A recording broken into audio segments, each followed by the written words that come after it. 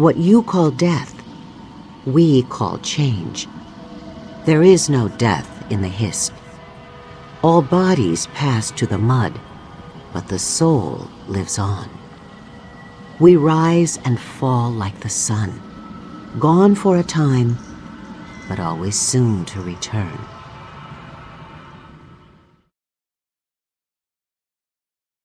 Sebelumnya kita sudah pernah membahas ras Khajiit, salah satu ras beast folk di Tamriel yang memiliki perawakan seperti kucing dan tinggal di provinsi Elsweyr. Di Tamriel sendiri, ada dua ras beast folk yang memiliki eksistensi di antara semua ras lain di Tamriel. Khajiit adalah salah satu dari dua ras tersebut. Ras lainnya adalah Argonian, ras beast folk yang memiliki perawakan seperti kadal dan tinggal di provinsi Blackmarsh atau provinsi Argonia. Pada episode sebelumnya, kita sudah membahas tentang Hist, sebuah ras pohon sentient yang menciptakan dan mengatur siklus hidup para Argonian di Blackmarsh. Pada episode kali ini kita akan membahas lebih dalam mengenai ras Argonian ini, mulai dari asal-muasal mereka tercipta, kebudayaan mereka, peran mereka di Tamriel, dan siapa saja tokoh-tokoh penting mereka.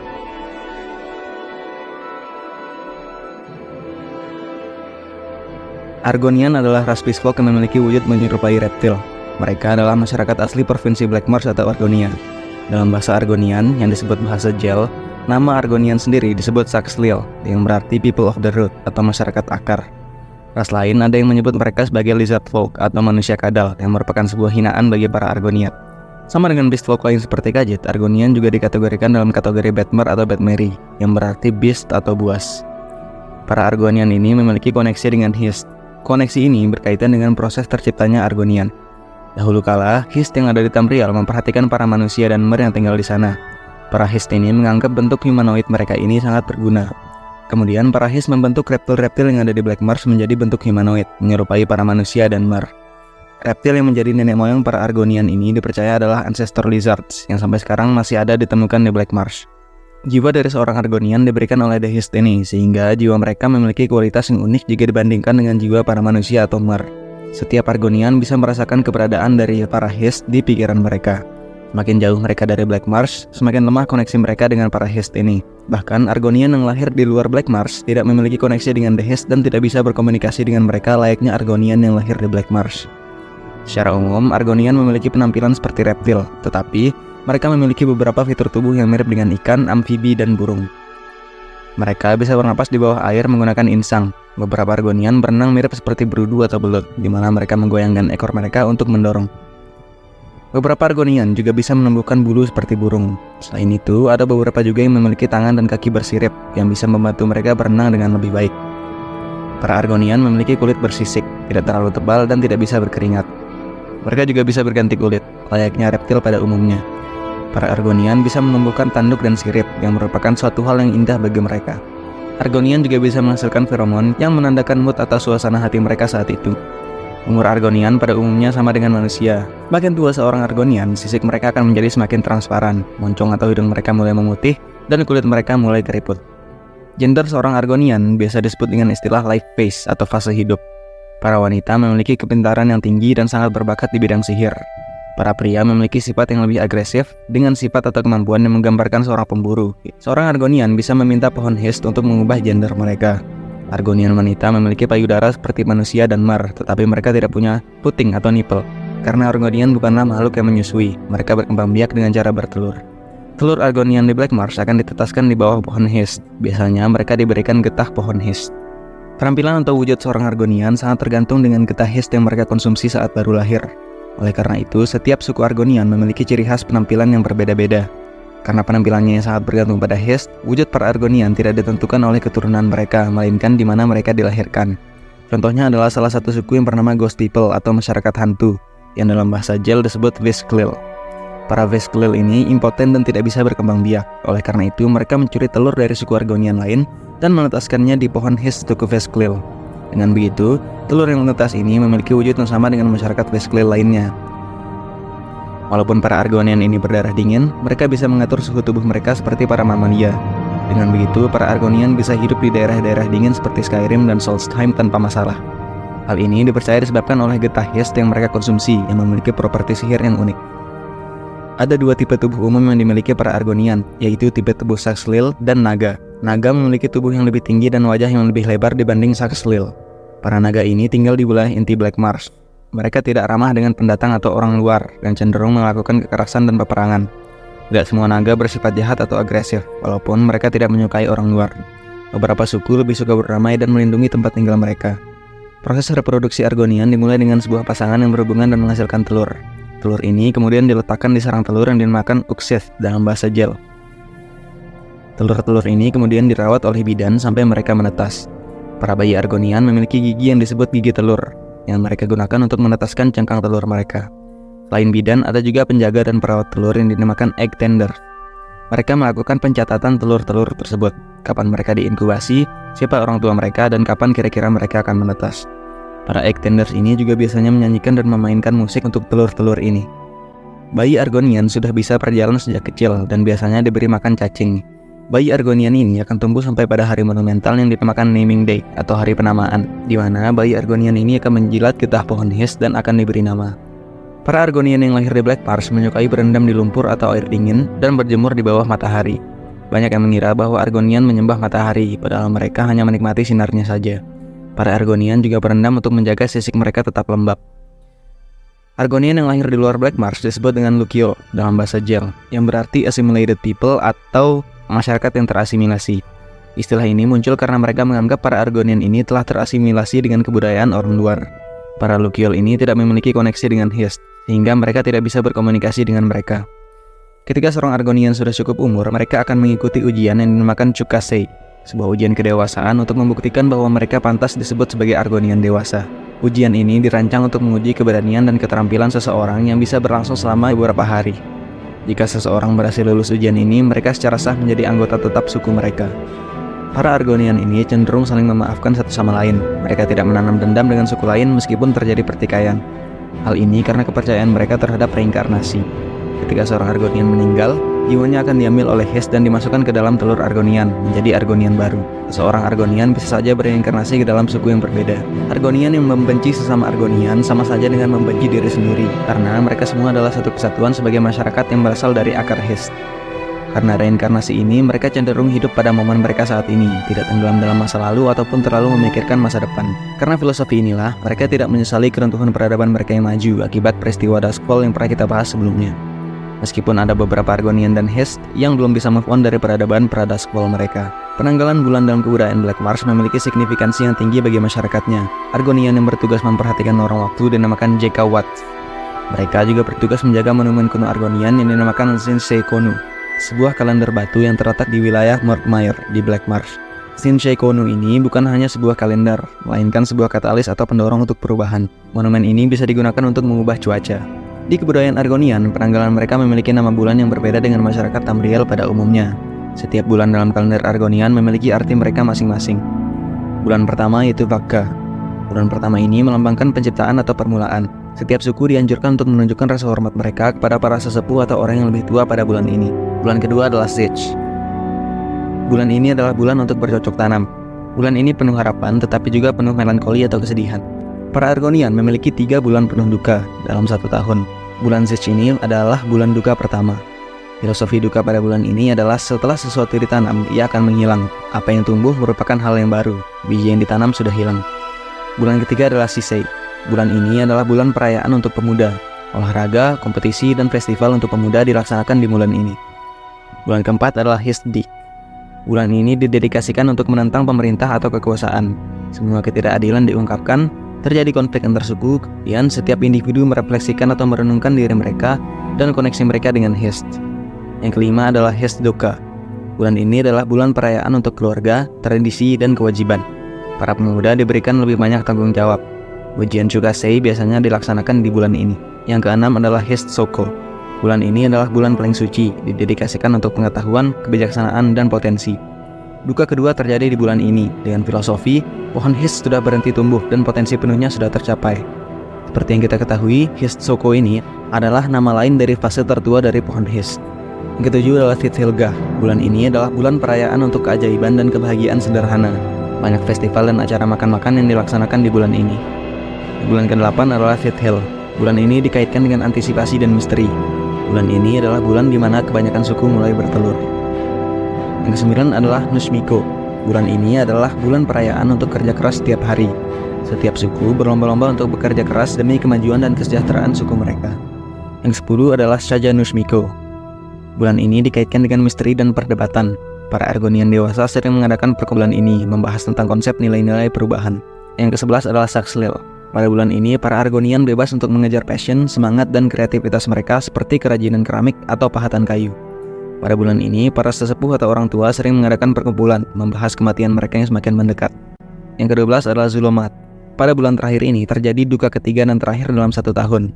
Duka pada bulan ini adalah yang paling signifikan, di mana mereka merefleksikan dan merenungkan 1 tahun ke belakang ini dan berduka atas kepergian tahun ini. Di bulan ini, mereka mengadakan festival untuk mengingat mereka yang sudah wafat. Ketika seorang Argonian meninggal, mayat mereka akan diistirahatkan di sebuah rawa atau dikubur di alam. Dengan begitu, tubuh mereka bisa kembali ke Hest untuk reinkarnasi. Kuburan seorang Argonian ditandai dengan sebuah tiang kayu bernama Zulfat, yang berarti tiang kubur dalam bahasa Jel. Zulfat ini berfungsi untuk menjaga tubuh mereka supaya tidak terangkat ke permukaan sekiranya terjadi banjir di area kuburan tersebut. Zulfat juga mencegah mayat Argonian untuk dibangkitkan menjadi mayat hidup yang dikenal dengan nama Bokblith. Informasi mengenai Argonian yang dimakamkan dimuat dalam Zulfat pada kuburan mereka. Pada upacara pemakaman seorang Argonian, seorang grave singer dipanggil untuk membacakan informasi yang tertera pada Zulfat mereka. Setelah membaca, seorang grave singer akan menyanyikan sebuah lagu perpisahan untuk orang yang meninggal tersebut. Jiwa seorang Argonian akan terikat dengan Hest yang melahirkan mereka. Ketika meninggal, jiwa tersebut diambil kembali oleh Hest. Getah pohon Hest merupakan bagian dari jiwa pohon tersebut. Ketika seorang Argonian lahir, getah dari pohon Hest yang menetaskan mereka akan berubah menjadi darah dan jiwa dari Argonian tersebut. Ketika pohon Hest yang melahirkannya sudah mati atau getahnya terkuras, jiwa Argonian yang meninggal tidak memiliki tempat kembali dan terjebak di alam fana. Para Argonian yang berbuat dosa besar terhadap kaum mereka akan dihukum dengan cara ditolak oleh Hest, sehingga mereka tidak bisa berinkarnasi. Pada era pra-Duskfall, arsitektur Argonian berbentuk piramida megah yang dinamakan Zanmirs. Pasca Duskfall, bangunan-bangunan Argonian berbentuk gubuk yang terbuat dari lumpur. Ada juga beberapa gubuk yang terbuat dari anyaman alang-alang. Bangunan-bangunan mereka dihias dengan bulu, warna yang cerah, dan kulit kadal. Simbolisme reptil sangat banyak ditemukan di seni dan kebudayaan Argonian. Kura-kura, kadal, buaya, dan reptil lainnya menjadi subjek dalam ekspresi seni Argonian. Arsitektur Argonian modern memegang konsep menaklukkan Shunatei. Shunatei ini adalah istilah yang berarti rasa sakit yang ditimbulkan akibat terlalu terikat dengan hal yang telah tiada. Oleh karena itu, mereka lebih memilih membangun hal yang memang ditujukan untuk bertahan sementara saja. Filosofi mereka yang tidak terlalu terikat dengan hal duniawi tidak mencegah mereka untuk bersenang-senang selama di dunia. Mereka memiliki beberapa olahraga menggunakan bola atau yang mereka sebut tiba. Salah satunya adalah tiba hatsei. Tiba hatsei yang berarti bola pinggul atau ekor adalah sebuah olahraga di mana para Argonian memukul bola menggunakan pinggul, siku, dan ekor mereka. Kemudian ada tiba ino, yang merupakan sebuah olahraga bola yang bisa digunakan untuk bersenang-senang ataupun ritual. Selain permainan bola, para Argonian juga memiliki permainan papan yang bernama shells and stones atau cangkang dan batu. Para Argonian memiliki alat musik khas yang bernama vosa satel, yang berarti frog pipes atau pipa katak. Instrumen ini terbuat dari kayu dengan beberapa lubang atau katup. Di setiap kompartemen instrumen ini diletakkan katak hidup. Katak hidup inilah yang menjadi sumber suara bagi instrumen ini.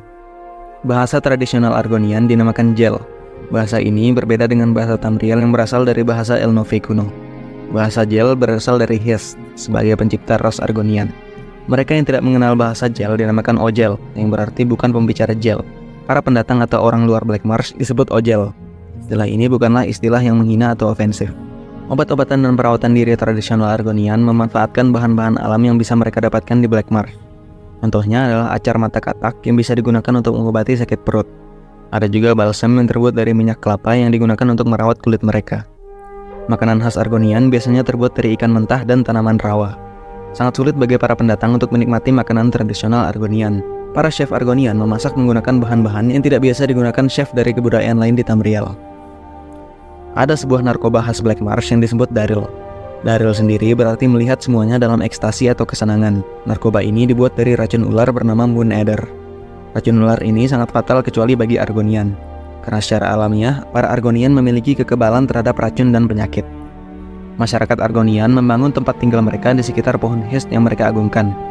Hukum yang berlaku di Black Marsh sangat berbeda dengan hukum imperial yang biasa digunakan di Tamriel. Pertikaian antara dua pihak akan diselesaikan melalui pihak penengah atau pihak ketiga yang dinamakan arbiter. Arbiter ini dipilih oleh kedua pihak yang berkonflik, biasanya merupakan Triminder atau kepala suku tersebut. Triminder adalah mereka yang bertugas menjaga dan merawat pohon Hest. Reminder ini adalah orang yang paling dekat dengan Hist. Oleh karena itu, Reminder ini juga berperan sebagai kepala suku. Selain Reminder, beberapa suku juga memiliki Sub-Speaker yang bertugas untuk berbicara dengan Hist.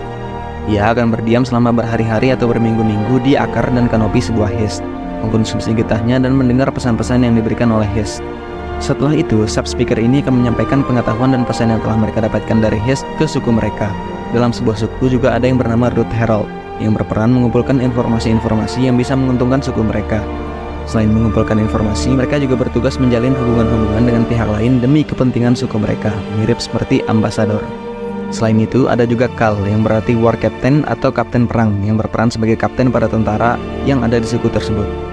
Di atas Khal ada gelar yang bernama Raj Khal yang berarti War Chief. War Chief ini menjadi pemimpin para tentara. Selain itu, ada juga Kadileth atau War Teacher yang bertugas melatih para tentara di suku tersebut. Untuk mendapatkan nasihat, para Argonian biasanya datang ke sesepuh mereka. Ada yang disebut Rajnasa atau pemimpin sesepuh dan Rajdileth atau guru sesepuh yang bertugas membimbing para Argonian muda di suku mereka. Senjata dan armor para Argonian berbeda setiap suku dan berubah seiring berjalannya waktu. Senjata dan armor para Duskfall terbuat dari kaca vulkanik seperti ebony, ditambah kulit tebal, tulang, dan perunggu. Pada masa pasca Duskfall, senjata dan armor Argonian hampir tidak ada yang menggunakan logam, melainkan terbuat dari tulang, sisik, cangkang, dan kulit. Prajurit Argonian yang menggunakan heavy armor dinamakan Shellback. Dinamakan Shellback karena perisai mereka terbuat dari cangkang kura-kura. Para Argonian juga bisa menggunakan sihir Hist. Salah satu sihir mereka bisa mengeluarkan awan spora untuk melumpuhkan lawannya. Para Argonian di Black Marsh tidak menyembah The Divine seperti masyarakat Tamriel pada umumnya. Mereka mengagungkan The Hist sebagai pencipta mereka. Kita sudah menjelaskan dinamika Argonian dan The Hist di episode sebelumnya. Selain itu, para Argonian juga mengagungkan Sithis, entitas yang juga diagungkan oleh The Hist. Kelompok pendeta bernama Clutch of Niswo mendedikasikan diri mereka kepada Sithis. Mereka menjelajah dari suku ke suku di wilayah Murkmire Black Marsh untuk mengumpulkan dan berbagi informasi dengan suku-suku tersebut. Ibadah yang dilakukan oleh para Argonian di Black Marsh dinamakan Dream Wallow atau berendam dalam mimpi. Dream Wallow ini merupakan kondisi di antara mimpi dan kenyataan. Mereka bisa memanifestasikan objek ke dunia nyata melalui ibadah mimpi ini. Dream Wallow dimasuki dengan cara mengonsumsi Deep Sap, yaitu getah Hist yang didapatkan dari akar Hist yang berada di dalam tanah. Proses penciptaan dunia dalam mitologi Argonian dimulai dari dua entitas yang mirip dengan cerita Anu dan Padome. Dua entitas ini disebut Atak dan Kota. Atak dan Kota ini memiliki dinamika yang sama dengan Akatos dan Lorkhan sebagai keturunan dari Anu dan Padome. Shadowscale adalah nama dari ordo asasin Argonian yang menyembah Sithis. Shadowscale ini beranggotakan mereka yang lahir di bawah tanda bintang The Shadow. Para Shadowscale ini menjadi tentara bagi pemerintah yang diperintahkan untuk mengeksekusi mereka yang melanggar hukum di Black Marsh, mirip seperti Moraktong di Morrowind. Selain di pemerintahan, para Shadowscale ini juga biasanya menjadi anggota The Dark Brotherhood yang sama-sama menyembah Sithis. Selain Hist dan Sithis, ada beberapa suku Argonian yang menyembah Daedra. Meskipun begitu, masyarakat Argonian secara umum tidak menghormati penyembahan Daedra. Pada episode sebelumnya, kita pernah membahas tentang Duskfall, sebuah kejadian di mana peradaban Argonian mengalami kemunduran. Pada masa para Duskfall, para Argonian memiliki peradaban yang sangat maju.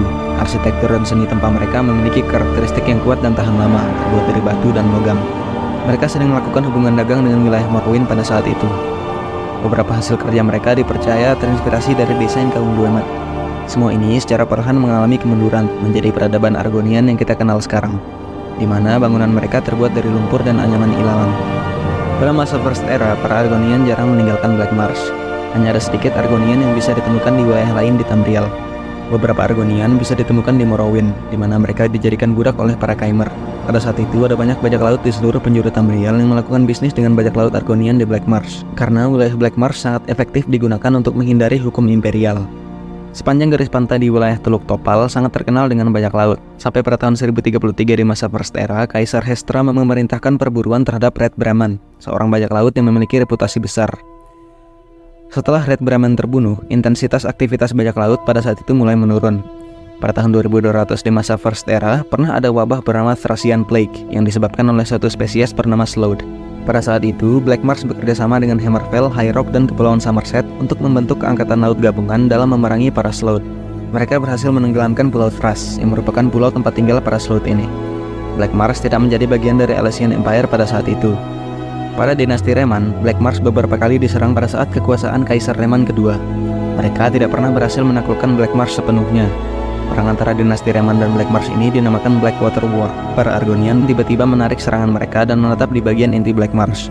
Seperti yang kita ketahui, bagian inti Black Marsh ini memiliki lingkungan yang berbahaya bagi orang selain Argonian. Kaisar Reman kedua hanya bisa menguasai wilayah utara dan timur Black Marsh saja. Ia kemudian membangun beberapa penjara di sana, di mana para kriminal dikirim dan dilupakan. Pada saat kekuasaan AKB Potentate bermula pada awal masa Second Era, para Argonian mengambil kembali wilayah mereka yang sebelumnya dikuasai oleh dinasti Reman. Pada masa Second Era, perseteruan Argonian dengan provinsi tetangga mereka, Morrowind, masih berlangsung. Sekarang giliran para Dunmer yang menggantikan para Khmer untuk menjadikan Argonian sebagai budak. Pada tahun 560 di masa Second Era, terjadi sebuah wabah bernama Knahaten Flu, yang dipercaya disebabkan oleh para Argonian di kota Stormhold di Black Marsh. Klaim ini tidak memiliki bukti yang kuat. Dasar dari klaim ini adalah karena Argonian memiliki kekebalan terhadap penyakit, masyarakat menganggap bahwa Argonianlah yang menyebabkan wabah ini. Pada tahun 527 di masa Second Era, terjadi invasi dari Akabir ke Tamriel oleh Ras Kamal, yang dipimpin oleh raja mereka, Adasumdir Kamal.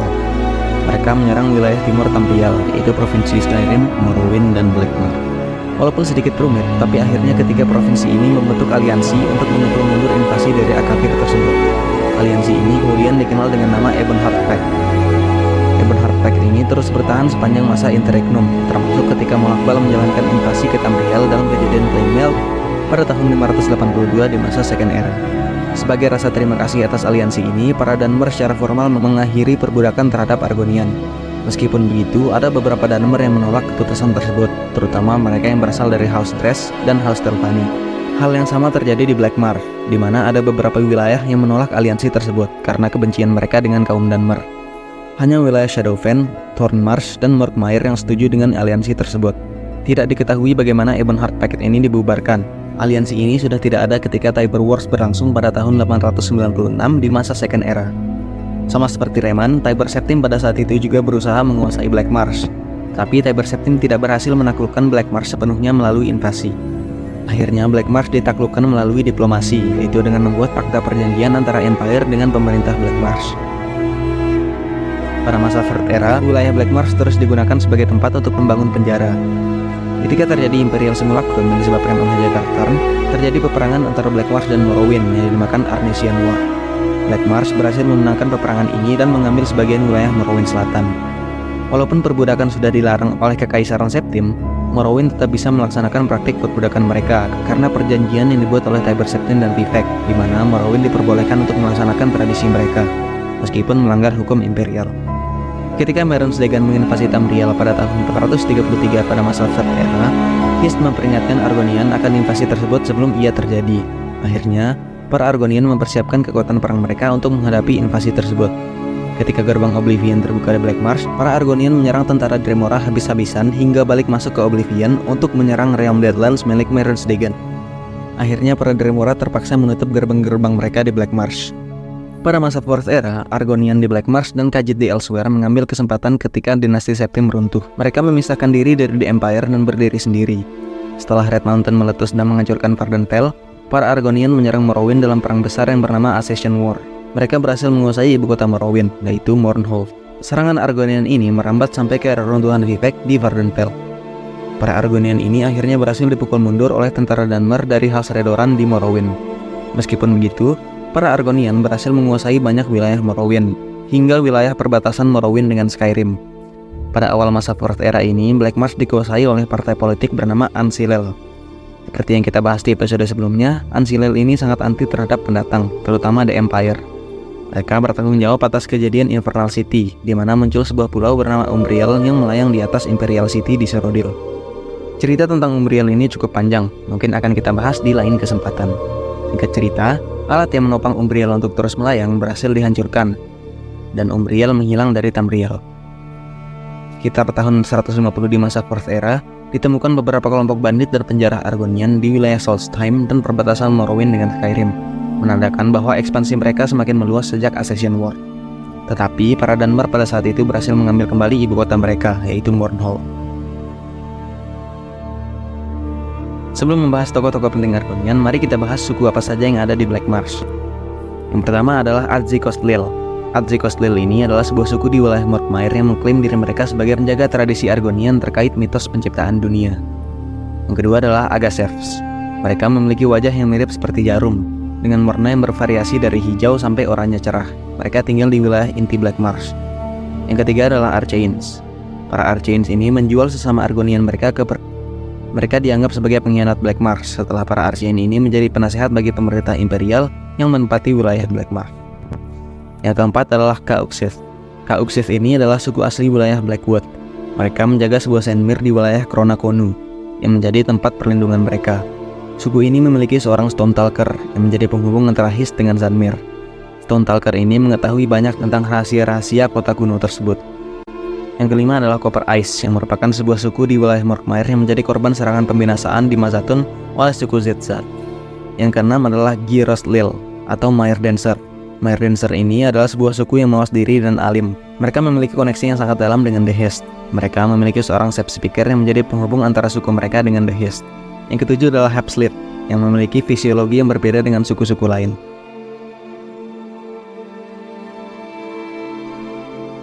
Yang kedelapan adalah Hitepslil. Mereka bekerja sama dengan suku Black Tongues untuk bercocok tanam dengan bantuan alkemi. Yang kesembilan adalah Hastlil atau Red Dream People. Red Dream People ini adalah suku asli daerah Blackwood. Mereka melakukan Dream Wallow tentang artefak-artefak bersejarah untuk mempelajari cerita mereka dan menggunakan kembali artefak ini untuk kegiatan sehari-hari mereka. Yang ke-10 adalah kota Vimlil atau Black Tongues. Mereka adalah suku asli daerah Morkmire yang menyembah Sithis dan merupakan ahli alkemi. Mereka bisa memodifikasi waktu menetas telur mereka agar terlahir di bawah bintang The Shadow, sehingga mereka bisa menghasilkan banyak Shadow Scale. Yang ke-11 adalah Lut Eilil atau Sharp-Eyed People. Lut Eilil ini adalah sebuah suku menyedihkan yang sangat bergantung dengan suku lainnya untuk bertahan hidup. Yang ke-12 adalah Moskins. Moskins ini adalah sebuah suku asli Morkmire yang menjadi aliansi suku Brightthroat. Mereka juga menjadi salah satu korban serangan pembinasaan di Mazatun oleh suku Zitzath. Yang ke-13 adalah Nagakur atau Deadwater. Deadwater ini adalah sebuah suku asli Morkmire yang memiliki kekuatan perang yang hebat. Mereka menggunakan tulang masyarakat mereka yang meninggal sebagai senjata dan armor. Yang ke-14 adalah Nakadesh atau Riverbacks. Riverbacks adalah sebuah suku asli Blackwood yang memiliki wajah lebar, mata besar, dan memiliki jaring-jaring di lengan dan leher mereka. Orang luar menganggap mereka penuh rahasia dan misterius. Para Nakadesh ini menganggap bahwa menjelajah keluar dari wilayah Hist mereka tidaklah bermanfaat. Mereka bukanlah suku yang penasaran. Mereka tidak peduli dengan pertukaran budaya dengan suku lain. Yang ke-15 adalah Patru. Patru ini digambarkan memiliki penampilan seperti kodok. Mereka tinggal di wilayah inti Black Marsh dan agresif terhadap orang luar. Yang ke-16 adalah Root Whisper. Root Whisper ini adalah sebuah suku asli Morkmire yang pernah kita bahas di episode sebelumnya, di mana mereka diserang oleh ras Aelith bernama Bersaibek Aeliths. Yang ke-17 adalah Shoskalil yang merupakan sebuah suku yang bertarung di pihak dinasti Reman ketika terjadi Blackwater War. Yang ke-18 adalah Sarpa, sebuah suku Argonian memiliki sayap yang tinggal di wilayah inti Black Marsh. Mereka sangat agresif terhadap orang luar. Yang ke-19 adalah Stonepile People. Mereka adalah suku asli Morkmire. Tidak banyak yang diketahui tentang mereka. Yang ke-20 adalah Suzahlil. Suzahlil adalah sebuah suku di daerah Shadowfen yang sangat mencintai perdamaian. Sayangnya mereka diculik dan dijual ke perbudakan oleh suku Setsat. Yang ke-21 adalah Solzan. Solzan adalah sebuah suku naga asli Blackwood yang menyembah Mehrunes Dagon. Mereka melakukan ritual pengorbanan dengan tujuan mengakhiri dunia. Yang ke-22 adalah Tumtalil atau Roadhouse People. Roadhouse People ini adalah sebuah suku asli Morkmire. Mereka tidak bisa menciptakan apapun, baik itu peralatan maupun rumah. Mereka mengambil barang-barang dan rumah dari suku lain. Yang ke-23 adalah Vesklil Zel atau Ghost People. Ghost People ini adalah sebuah suku asli Morkmire yang memiliki kulit berwarna putih pucat. Mereka diketahui mencuri mayat dari suku lain untuk ritual nekromansi mereka. Mereka juga tidak bisa bertelur, sehingga mereka mencuri telur dari suku lain untuk ditetaskan di wilayah Hist mereka. Yang ke-24 adalah Wasek Hanel atau Brightthroats. Brightthroats ini adalah sebuah suku asli Morkmire yang dipenuhi oleh pengrajin yang sangat menyukai hubungan bisnis dengan orang luar dan masyarakat Argonian pedalaman. Para Brightthroat ini sangat terkenal dengan tradisi seni musik dan seni tari mereka. Yang ke-25 adalah Sitsat, sebuah suku fanatik di Shadowfen yang menjadi gila karena Hist mereka. Mereka memiliki sihir yang bisa memanipulasi batu dan akar. Mereka terobsesi dengan kebudayaan pra-Duskfall dan berusaha mengembalikan peradaban tersebut di Blackmarsh. Yang ke-26 adalah Zuatmatun. Zuatmatun adalah sebuah suku asli Morkmire yang sudah lama punah. Selain suku-suku tadi, ada beberapa tokoh Argonian yang terkenal dan memiliki signifikansi dalam sejarah Argonian maupun Tamriel. Yang pertama adalah Bilakar. Bilakar adalah seorang penyihir legendaris yang hidup pada masa pra-Duskfall. Ia menjadi penasehat bagi para pemimpin Argonian pada saat itu. Ia menggunakan sihirnya untuk membantu masyarakat Murkmire, sampai pada saat ketika ia menggunakan sihir nekromansi untuk menghidupkan kembali istrinya. Disinilah ia mulai jatuh, mengarah pada penciptaan sebuah artefak terkutuk bernama Golden Skull of Bilakar yang berisi sihir-sihir gelap milik Birakar. Kedua adalah Heitamin. Heitamin adalah seorang mantan budak yang menjadi Vice Canon atau pemimpin daerah Stormhold pada masa Ebonheart Pact. Ia berperan penting dalam bergabungnya Argonian ke dalam Ebonheart Pact. Ia dulunya adalah budak Housedress di Morrowind yang bekerja di bawah pertanian Saltrise. Ia pada saat itu mencoba untuk kabur, tapi berhasil ditangkap dan disekap di sebuah desa suku Archain. Heitamin pada saat itu berhasil membunuh tuannya yang bernama Glathis Dress. Ia kemudian menantang ketua tentara di desa Archain untuk mengambil posisinya. Ia berhasil memenang dan memerintahkan para tentara Archain untuk mengikutinya. Pada saat itu, Heitamin mendapatkan pesan dari Hist bahwa mereka harus membantu para Nord dan Dunmer dalam mengalahkan invasi dari kaum Kamal pada saat itu. Ia dan pasukan Archain pergi ke Stormhold untuk meminta bantuan. Dari Stormhold, mereka langsung berangkat ke daerah Stonefalls di Morrowind, di mana mereka membantu para Dunmer mengalahkan pasukan Kamal yang ada di sana. Tak lama setelah itu, ia diangkat menjadi Vice Canon Stormhold. Yang ketiga adalah Imkilaya. Imkilaya adalah seorang penyihir yang hidup di Morrowind pada tahun 427 pada masa Third Era. Ia menjadi anggota penting dari organisasi bernama Twin Lamps yang bekerja untuk membebaskan para budak Argonian di Morrowind. Imkilaya tinggal di Kastil Ebonheart di Vernfell sebagai representatif Argonian. Yang keempat adalah Nakesh. Nakesh adalah Rootminder suku Sitsat di Black Marsh. Kita sudah membahas tentang Nakesh di episode sebelumnya, di mana ia berencana untuk mengembalikan peradaban Argonian ke masa pra-Duskfall. Rencana ini berhasil digagalkan. Yang kelima adalah Quillweave. Quillweave adalah seorang penulis novel terkenal yang tinggal di kota Anvil di Cyrodiil pada akhir masa Third Era. Karya-karyanya yang terkenal adalah novel berjudul Red Crater dan The Goblin with the Golden Arm. Yang keenam adalah Red Brahman. Red Brahman adalah seorang bajak laut terkenal yang beraksi pada masa First Era di wilayah Teluk Topal. Brahman dan bajak laut lainnya menggunakan rawa-rawa di Black Marsh untuk bersembunyi dari hukum imperial dari Alessian Empire pada saat itu. Pada tahun 1033 pada masa First Era, Kaisar Hestra memerintahkan angkatan laut imperial untuk membunuh Red Brahman. Mereka berhasil melakukannya setelah beberapa percobaan. Ras Argonian adalah ras yang sangat tangguh, meskipun sering dijadikan budak oleh ras lain. Mereka juga sering menjadi target diskriminasi, sama seperti Khajiit dan Orsimer. Hubungan mereka dengan Hist serta wilayah tempat tinggal mereka yang unik membuat mereka tak pernah ditaklukkan oleh invasi dari luar. Argonian di Black Marsh memiliki kebudayaan yang sangat unik dan sangat sulit diadaptasi oleh masyarakat luar. Kekuatan tempur para Argonian ini tidak bisa diremehkan, meski peralatan mereka terlihat primitif. Mereka sangat ahli dalam taktik perang gerilya, apalagi ketika bertarung di wilayah mereka atau ketika mereka sudah memahami dan menguasai medan perang. Kemampuan taktik gerilya inilah yang bisa membuat mereka bersaing dengan kekuatan tempur kaum lain di Tamriel. Selain itu, budaya mereka yang khas dan kaya sampai sekarang masih dipertahankan. Solidaritas antara Argonian dan Hist mereka ini patut diapresiasi dan dijadikan contoh bagaimana dinamika yang baik antar pihak bisa menumbuhkan sinergi yang sangat menguntungkan kedua pihak. Sampai di sini dulu video kita kali ini. Kita sudah membahas seluk-beluk Argonian dan kebudayaan mereka.